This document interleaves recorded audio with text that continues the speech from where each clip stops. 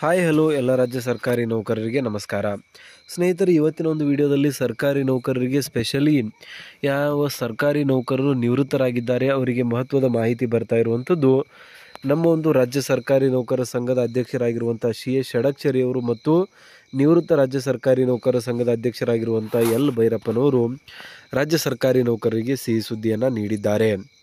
ನಮ್ಮ ಒಂದು ರಾಜ್ಯ ಸರ್ಕಾರಿ ನೌಕರರಿಗೆ 7ನೇ ವೇತನ ಆಯೋಗದ ಅಡಿಯಲ್ಲಿ ಶಿಫಾರಸಿನಂತೆ 70 ವರ್ಷ ಮೀರಿರುವಂಥ ಎಲ್ಲ ಸರ್ಕಾರಿ ನೌಕರರಿಗೆ ಅಂದರೆ ಪಿಂಚಣಿದಾರರಿಗೆ ಈ ಒಂದು ಕಾಂಟೆಕ್ಸ್ಟಲ್ಲಿ 10% ಹೆಚ್ಚಿನ ಒಂದು ಪಿಂಚಣಿಯನ್ನು ನೀಡಬೇಕು ಅನ್ನೋ ಒಂದು ಬೇಡಿಕೆಯನ್ನು ಇಡಲಾಗ್ತಾ ಇತ್ತು.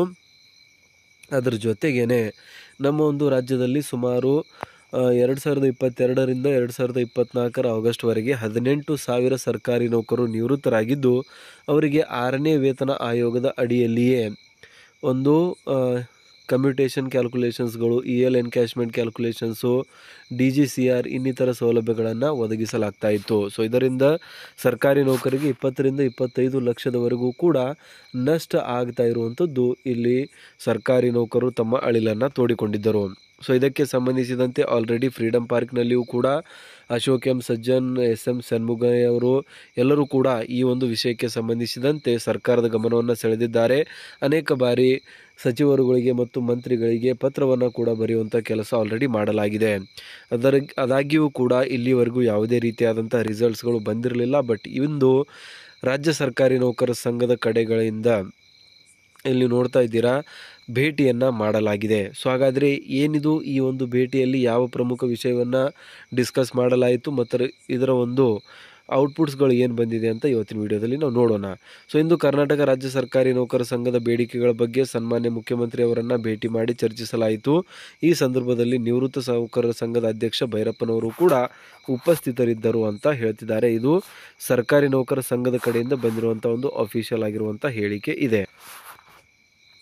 ಅದ್ರ ಜೊತೆಗೇ ಇವತ್ತಿನ ಒಂದು ಸಾಂದರ್ಭಿಕ ಚಿತ್ರಗಳನ್ನು ಕೂಡ ನೀವು ನೋಡ್ತಾ ಇರುವಂಥದ್ದು. ರಾಜ್ಯ ಸರ್ಕಾರಿ ನೌಕರ ಸಂಘದ ಅಧ್ಯಕ್ಷರು ಏನು ಮತ್ತೆ ಇನ್ನೊಮ್ಮೆ ಆಯ್ಕೆಯಾಗಿದ್ದಾರೆ ಷಡಕ್ಷರಿಯವರು, ಅವರ ಒಂದು ಭಾವಚಿತ್ರ. ಅದ್ರ ಜೊತೆಗೇ L ಭೈರಪ್ಪನವರು, ಸೊ ಬೇಸಿಕಲಿ ನಿವೃತ್ತ ನೌಕರ ಸಂಘದ ಅಧ್ಯಕ್ಷರವರು ಕೂಡ.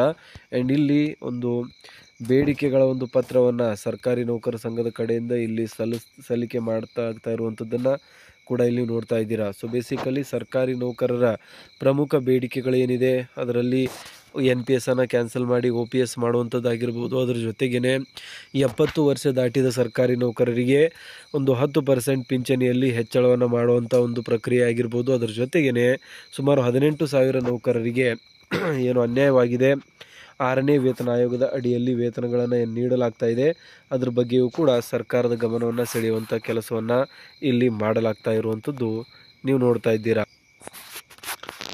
ಸೊ ಫರ್ದರ್ ನೀವು ನೋಡ್ತಾ ಇರುವಂಥದ್ದು ಇಲ್ಲಿ CS ಷಡಕ್ಷರಿಯವರು ರಾಜ್ಯ ಸರ್ಕಾರಿ ನೌಕರ ಸಂಘದ ಅಧ್ಯಕ್ಷರಾಗಿರುವಂಥವರು 7ನೇ ವೇತನ ಆಯೋಗದ ಇಂಪ್ಲಿಮೆಂಟೇಷನಲ್ಲಿ ಮಹತ್ವದ ಒಂದು ಪಾತ್ರವನ್ನು ವಹಿಸಿರುವಂಥ ಅಧ್ಯಕ್ಷರು.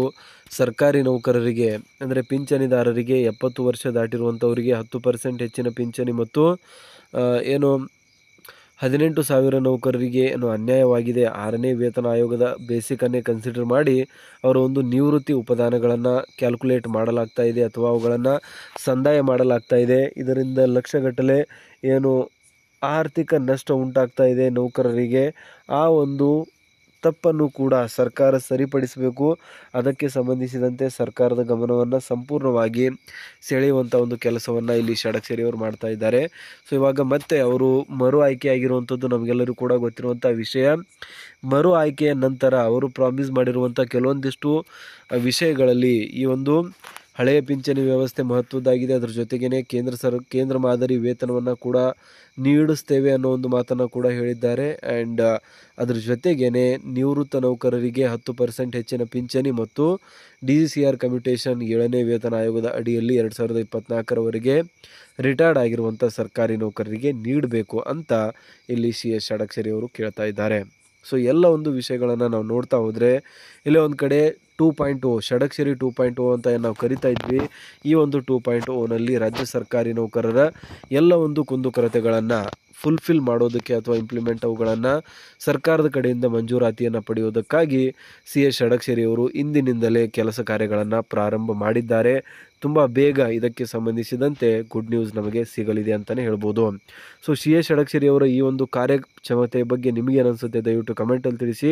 ಮತ್ತು ಸರ್ಕಾರಿ ನೌಕರಿಗೆ ಇನ್ನಿತರ ಯಾವ ಸೌಲಭ್ಯಗಳು ಒದಗಿಸಬೇಕು, ಅಂತಹ ಏನು ಕುಂದುಕೊರತೆಗಳನ್ನು ಅನುಭವಿಸ್ತಿದ್ದಾರೆ ಅನ್ನೋದ್ರ ಬಗ್ಗೆ ಕಮೆಂಟಲ್ಲಿ ತಿಳಿಸಿ ಅಂತ ಹೇಳ್ತಾ ಇವತ್ತಿನ ವಿಡಿಯೋನ ಇಲ್ಲಿಗೆ ನಿಲ್ಲಿಸೋಣ.